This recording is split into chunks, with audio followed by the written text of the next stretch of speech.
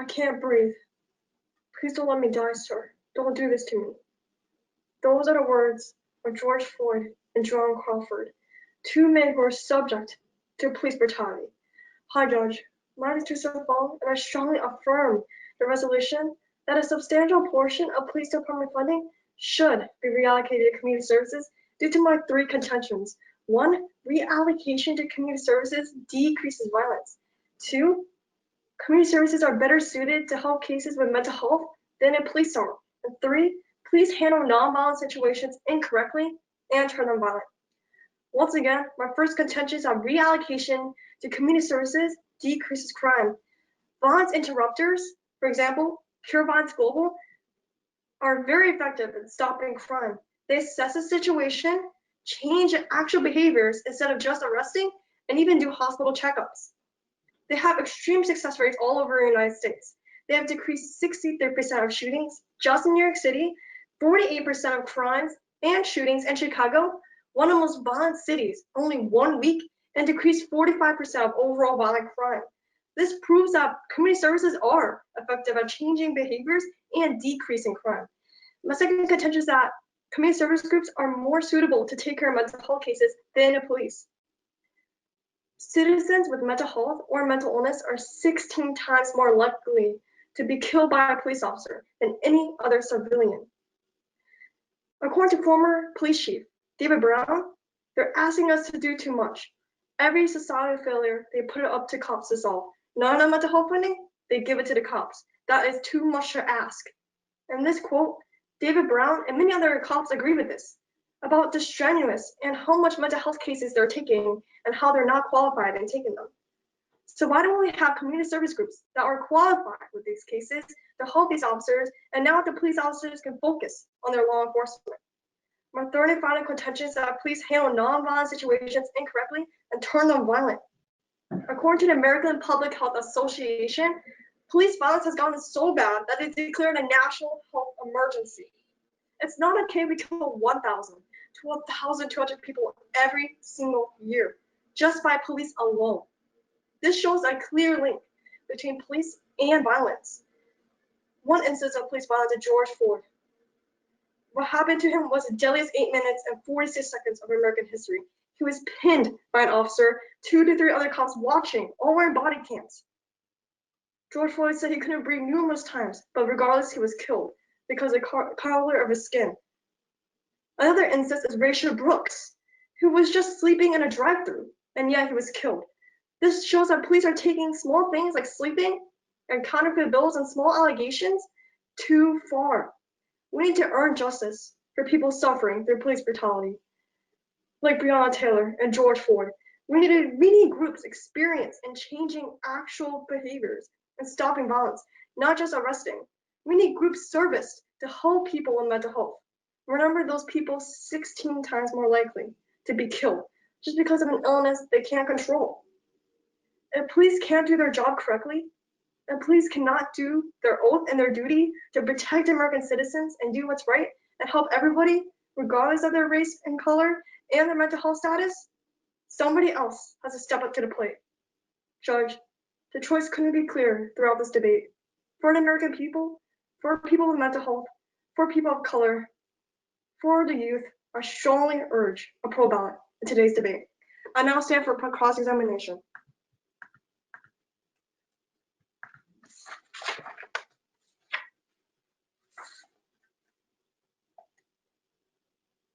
Is everyone ready? Okay. My time will start in 3, 2, 1. In your case, you talked about how police are killing too many people per year, correct? Yes, even to the point of it being called a national public health emergency. Thank you. Do you have a number of how many people the police save each year?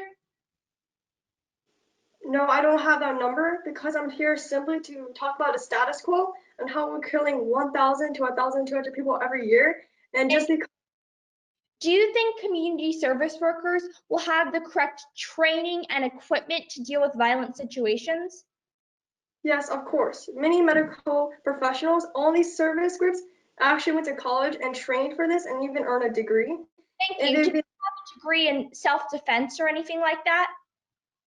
No, just a medical degree and then went to med school. Okay, thank you. In your first contention, you talked about Cure Violence Global, correct? Yes, they are a de-escalation group, yes. Thank you. You talked about how they decreased crime in 3 large cities, correct? Yes, in addition, they decreased 45% of crime overall in the whole country. Thank you. Do you think, will there still be police when the police are defunded? Of course, we have to look at the resolution and what the resolution states. It does not say replace or get rid of the police, it says reallocate. So of course, and we're going to get rid of all the police. I'm saying we just need to move money from those $100 billion to services. So how would you ensure that the police that stay with the police force are anti-racist? I think we need to look at the bigger issue here. So that is a major issue in our country. The broken systematic system in our police force, which is exactly why I'm proposing community service groups to step in and help, which has been proven to help the community and help with different aspects like crime and more effective rates in police. Thank you. Yeah, that's time. Thank you. Thank you very much. Leena, when you're ready, you may begin your opening speech. Okay. Is everyone ready? Okay, my time will start in 3, 2, 1. Picture this. An armed intruder is banging on your door, ready to rob your house. The police show up and stop this. A school shooter comes to your school and plans for atrocity. The police show up and stop this. If we defund the police, all of this will change. I strongly negate the resolution that a substantial portion of police funding should be reallocated to community services and have 3 supporting contentions. 1, our community will become more dangerous. 2, defunding the police harms officers. 3, public safety needs reforms, not outright defunding. Contention 1, our community will become more dangerous. If we defund the police, we will have 1, less police, less equipped police, and less trained police. This causes innocent people to die because when police don't show up to robberies, homicides, or shootings, public is left up to deal with these situations themselves. According to Princeton University, when officer levels increase by 3%, crime decreases by 3%. This invalidates any argument showing that decreasing the police levels decreases crime. According to the Marshall Project, during the 2008 recession, police levels decreased. Complaints of being overworked nearly doubled. This shows that there will be too much crime for police to handle, and this will cause a public safety concern. Contention 2, defunding the police harms officers. This will decrease critical training and critical equipment if we defund the police. According to DJ Jordan and Scott Martin, vitally important training will decrease, which causes unprepared and untrained cops. This will also harm the ability to recruit and retain good officers. Stress and the workload on police members will increase. Third contention, public safety needs reforms, not outright defunding. There are 3 types of reforms that I will be talking about in this debate. Reframing. This can be done through de-escalation training. In Camden, New Jersey, they implemented de-escalation training. Crime rates dropped by 42%. How did this happen? How did crime decrease by 42%? The mindset of people living in Camden shifted. Police were not viewed as scary or mean figures anymore, but as fellow community members and fellow citizens in their local community. Accountability. This is the second type of reform. This can be done through body cameras. According to the National Institute of Justice, body cameras result in better transparency and accountability in law enforcement officers. They improve legitimacy and result in faster citizen compliance. These can even stop police brutality instances before they start. Cultural sensitivity and bias training. This training allows police to learn about other people and other cultures. You can't train a police member after they have already committed a murder or crime, but you can from day one of police academy. This is what Khan wants to do, train the police from the beginning. So this decreases the racist and implicit biases that policemen and women may have. By offering methods to address biases, we can create a safer public safety initiative. Defunding the police will not address root causes of racism and police brutality in our police force, but reforms will. This is why I strongly negate the resolution that a substantial portion of police funding should be reallocated to the police. Thank you.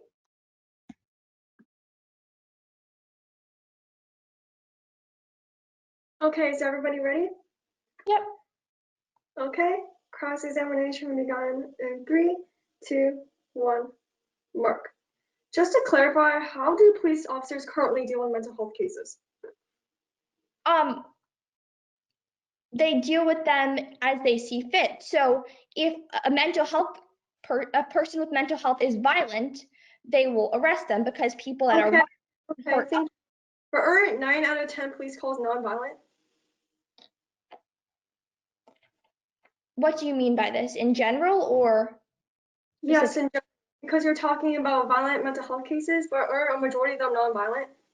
Oh, in my case, I was not talking about mental health at all. I was talking about how there is racism in our police force and how reforms can help. I was also talking about how. Okay, thank you. Moving on. So in your third contention, you talk about body cameras. Is that correct? Yes, that's correct. But weren't the officers surrounding George Floyd wearing all body cams? Yes, and that's why they are arrested. Many cases, that's why the officers that Okay, Floyd but are to stop the deaths from happening, correct? Because George Floyd still passed away. So right now, body cameras are not universal. They are not mandatory in most cities. But if we made them mandatory, they could result in better transparency and accountability. And like you said, yes, that death was heartbreaking. But that is why I have three types of reforms, not just one. Okay, thank you. So a major premise and a major main idea of your case is safety, correct? Yes, correct. But don't police officers kill 1,000 to 1,200 people every single year? They save millions of lives every year, though. Okay, thank you. Moving on. So are you aware that 9 out of 10 police calls are nonviolent? Even if they're nonviolent, the police were still called. If the police are called, there's nothing the police can do about things. They respond to these situations. Okay, thank you. That's time. Great, thank you. We will now be moving on to the first refutation speech that will be given by Teresa. Would you like to use prep time? How much prep time in total do I have? 2 minutes. Okay, I'll use 30 seconds. Sounds good. I'll let you know when that's up.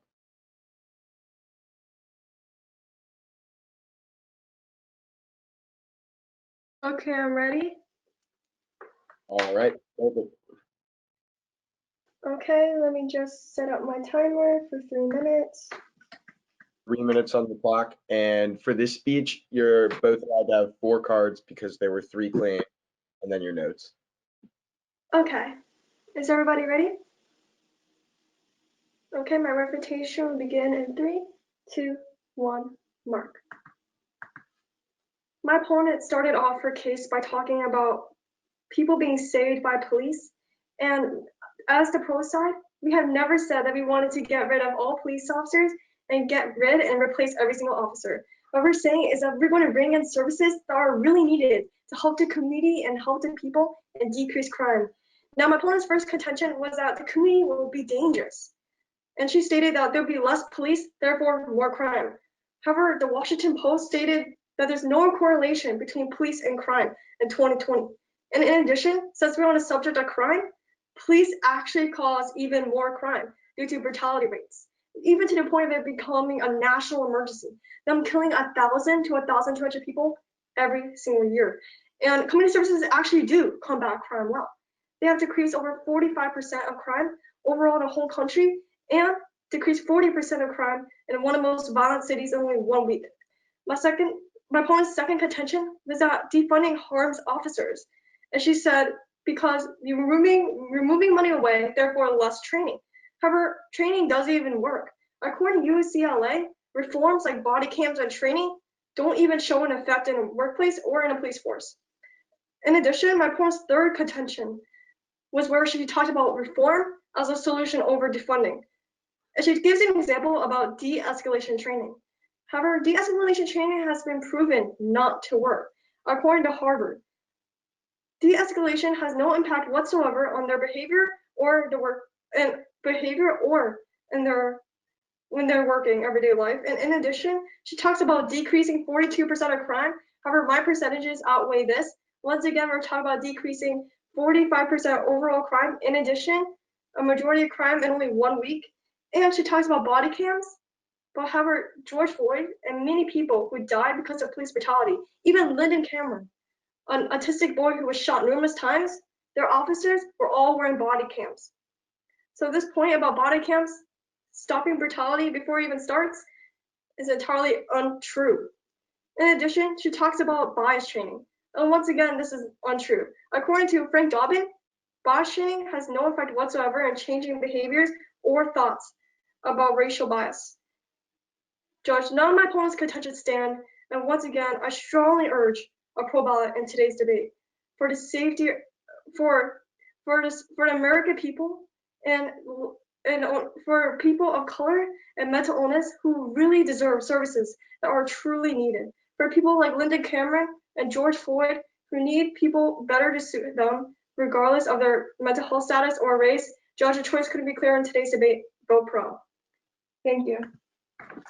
Thank you, Teresa. All right, we will now be moving on to the second refutation speech. Leena, would you like to use any prep time before that? Can I use a minute of prep, please? Thank you. Yes.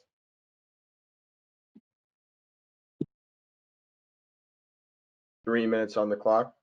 Okay, my time will begin in 3, 2, 1. In this speech, I'll be refuting my opponent's main points. My opponent's first contention was that community service will decrease violence. However, evidence shows otherwise. New York City defunded the police just this year in the summer.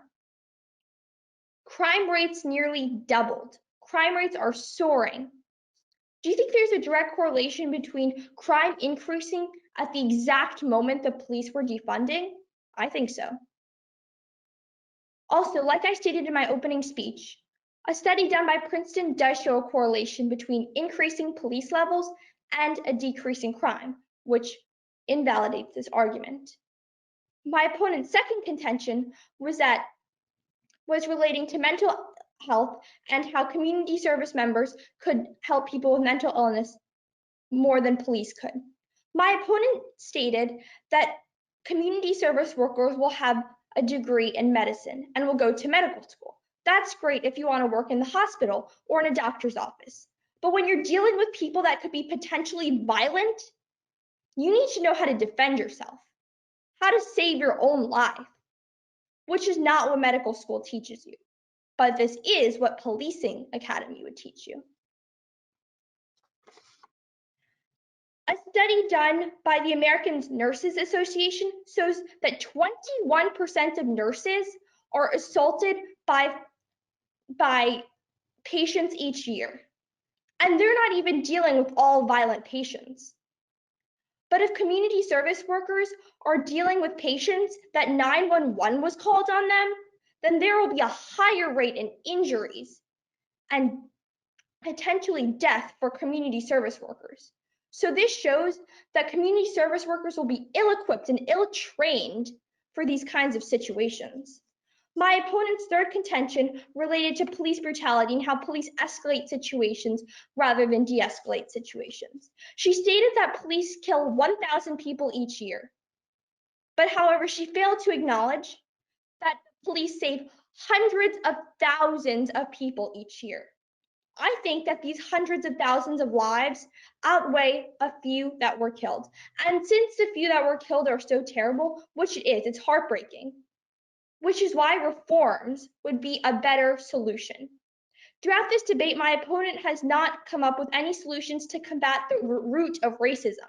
If you just shift money in a system, it will not address the root causes of racism that's systemically ingrained in our society, but reforms will. Like I have stated in my opening case, reforms such as de-escalation training, accountability through body cameras, and cultural sensitivity and bias training will outweigh the effects of defunding the police. Thank you. Thank you very much, Leena. Now, Teresa on the pro will be giving her closing speech. Teresa, you have 1 minute of prep time left. Would you like to use the rest of that? Yes. All right.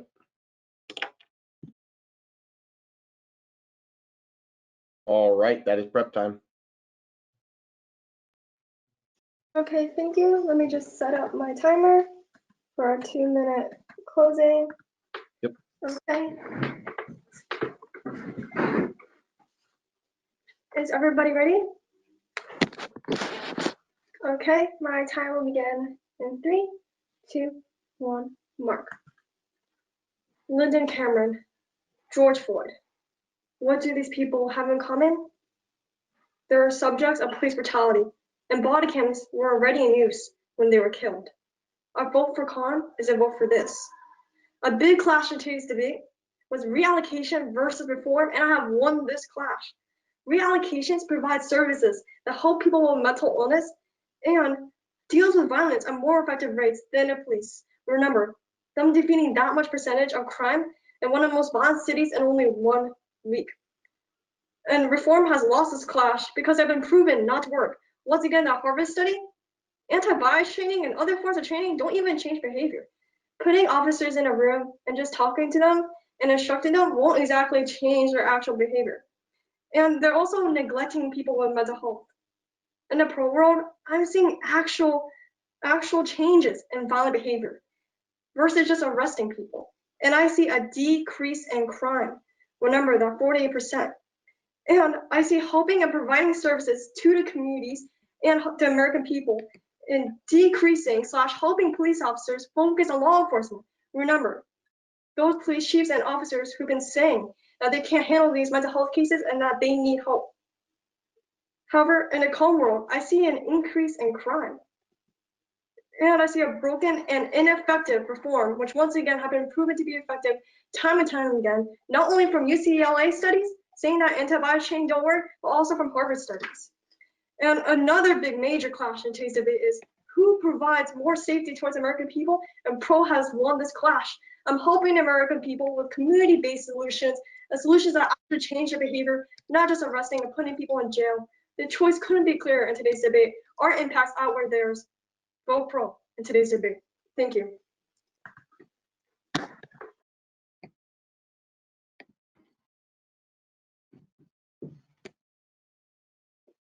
All right. Leena, you have 1 minute of prep time left. Would you like to use the rest? Yes, please.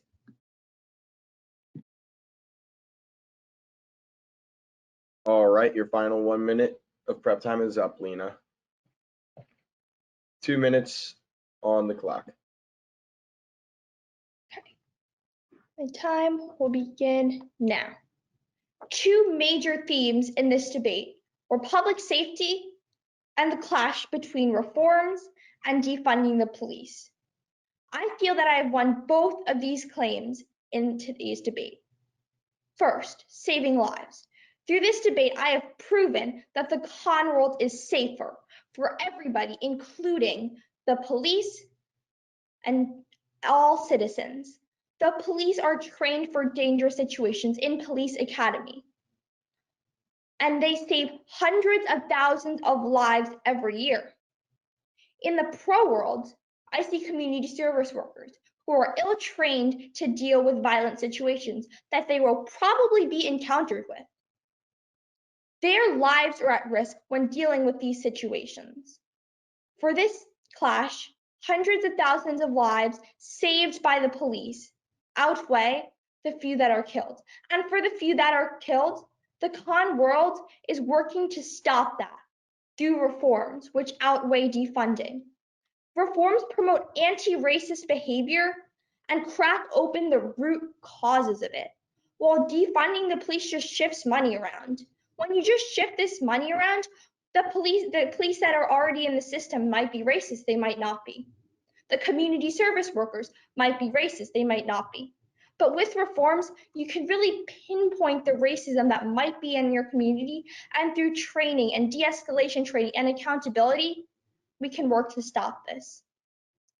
So Judge, in today's debate, the con has proven that with defunding the police, our community will be more dangerous, and defunding the police will not outweigh reforms, which is why please vote con in today's debate.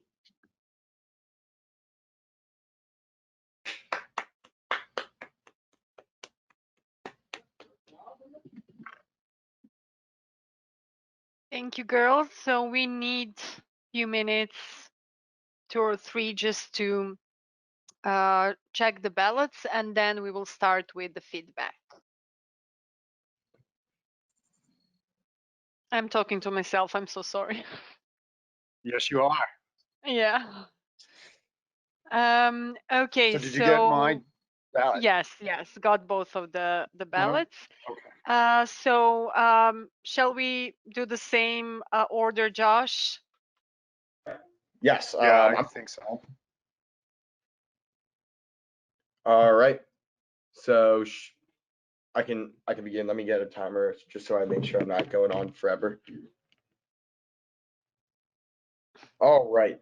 So I'm going to start with the pro side, and then I'm going to go to the con side. But first of all, just on a general note, this was such a close debate. There were so many times that.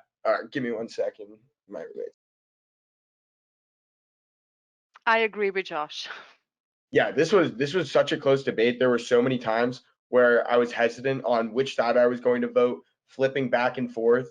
And at the end of the day, it really did come down to the closing speeches for me for what was swaying my position. So y'all were very competitive, and this was such an enjoyable debate to watch.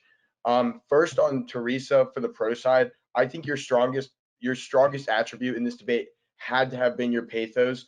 The emotions that you brought into your speeches, starting from your first speech and all the way throughout the debate, it was exactly. And one of the great things that y'all both did is the lessons that we talk about, you guys directly implement them in.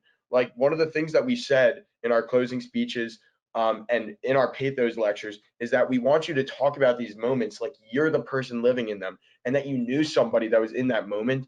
And I definitely got that sense from you, Teresa. You had so much pathos. Also, I thought that your pace was really good throughout the entire debate.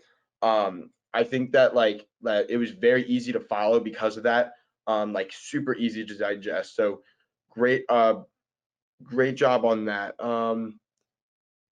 So then I also, one of the other notes I had here was that you had really good like high level questions in the cross examination. This was one of the best cross examinations on both sides that I've seen. So great job on that. So then on your closing. So I think you made great arguments in your closing speech. I think the best part of your closing speech was definitely the part where we talk about closing the door on your opponent, right? Where you're like, this is why my opponent's arguments do not stand at the end of the debate. Now, in terms of how you can continue to improve it is first, I think you should spend more time highlighting your issues, right? Go into these statistics on your side for these community services and why they're so much more effective. And then take a little bit of time at the end to weigh them, right? Because you're saying that that the only type of like weighing I really got here was that you just said our impacts outweigh theirs, or my impacts are outweighing theirs, which is why you should vote. Go into a little bit for why, if I have both of these statistics, how I can weigh them, right? But overall, it was still a great closing speech. You had all the parts there. I just think spending a little bit more time on your main arguments, because you did a great job closing the door on like Leena's arguments by talking about the statistics, like these reforms don't work, bringing up a lot of your refutation. So then for Leena, so first thing I wrote was you were so efficient in cross-examination. It was awesome to see. And they were all high-level questions as well. You got out so many different questions that I was like, these are going to be great to continue to poke holes in throughout the refutation speech. So really good job on that. And then in your refutation speech, not only did you utilize like the questions that you had in your cross-examination, which was really good to see, you also used your case really well. And that's always great to do because to continue to reiterate the stuff in your case, because it helps the judge remember your arguments. My favorite argument that you made in your closing speech, and you had a great structure, your hook was really good, and both sides had a really good hook, but your hook was really good. You talked about your main arguments. My favorite argument that you made was that police save more lives. So like while Teresa's mentioning that police have killed this many people per year, police have saved far more lives. And you didn't stop there. I like the part where you go, and we're not even suggesting you do nothing. We're saying that you should we just need to reform for that last part, because police generally, the system in terms of like stopping crime is probably more effective. One thing I would have liked to hear you touch on though was those statistics Teresa was bringing up about the reform, because that was kind of a gray area on that. But overall, both sides were really good. I wish I could go into more feedback because this was such an interesting debate. But great job, y'all. Thank you, Josh. Chuck? Oh yeah. Well, I'm not. Josh said a lot. He said it all, actually. The one thing I liked particularly was it was a great debate. The contrasting in styles were very prevalent.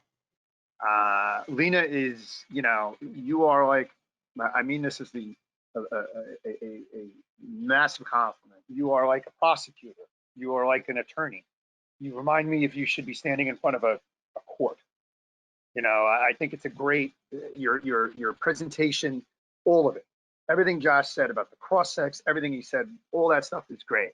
It's a contrasting of style, and you got everything across so well and so efficiently and so clearly. Great job, Teresa. It was amazing to watch. I mean, you wore your. I'm gonna. This is gonna sound kind of weird, but you wore your case on your face. What I mean by that is you made your facial expressions when you were talking about these things that were happening with all of these injustices. It was, I don't know if it was planned. I don't know if you did it on purpose, but you could see almost like that you were presenting it in a way that it was almost you were trying to transmit the pain of that through, which is just a contrasting style from Leena's, not a better style or a it's just a different style. It's just so perfect. It was just a perfect contrast in different styles of doing things that way. But again, technically it was great. Technical parts of it were great. The presentations were so different, but so good. And as Josh said, it was a difficult debate to judge because there was no real, flaw and two different styles. So wonderful job, girls. Good job. Boca. Thank you. What to say after all this feedback. So I will start with what I've said previously, just at the beginning of this debate. You had a unique chance to start all over again. So both of you, and I think that this is the moment, and this situation is something you should really appreciate as a moment where you learned how to stand up and fight in our manner with words. And congratulations for both of you for doing that. What to add? I would like to repeat what Josh said. I really had hard time with judging. Chuck also mentioned that, but what Josh emphasized is that it was doing like this. So at one point I was thinking that one of you was winning, then I would move to another side.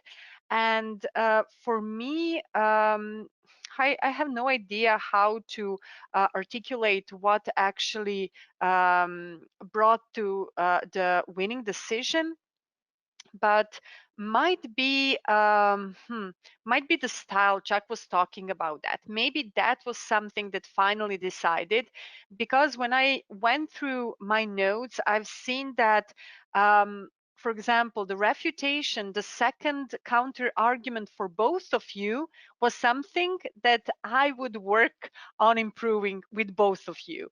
So I felt as if it needed to, for both of you to go deeper into it. At some point I was like confused. Oh, what's this about? Let me see how it correlates to the argument, and then I would go through my notes and say, okay, this doesn't work for my decision at all, because you were as if you were following each other in um, not in a style, but in the formal point of debate. So to move on, something that I think hasn't been said, Leena, I've seen that as a style, but I would suggest that club debate, so this format should be more conversational, in a sense that if you could imagine talking to your friends, discussing about some important matter as this one is, would you say contention one and then continue with going deeper into your argument? No, you would say, my first reason for being pro or con on this topic is, so this is something that I would suggest from my side, not to state like contention one, contention two, but still signpost in a more conversational manner. That would be my constructive feedback, let's say the place for improvement. On the other hand, a place for improvement for Teresa, and I'm sure that hasn't been said. There are so many articulation practices, so maybe to just work that out like for 2 minutes before debating. I know it helps me. Each time I would give a speech, I would do them to articulate better during the debate. And I think that's all I had to add to everything previously said. So guys, let's join the panel and pronounce the winner.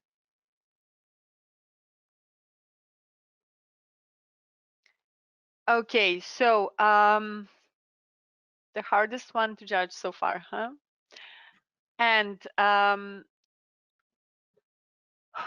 the one who goes to finals, thanks to the other one who helped her improve, is Teresa. Teresa, congratulations. Wait, actually? Wait, actually? Yes. Wait, Yes. actually? Are you sure? Actually, are you sure? Leena, you were Uh, so good. You're amazing. Like, honestly, you were so good. Like, me and Leena were actually partners, and we went to finals together during the spring.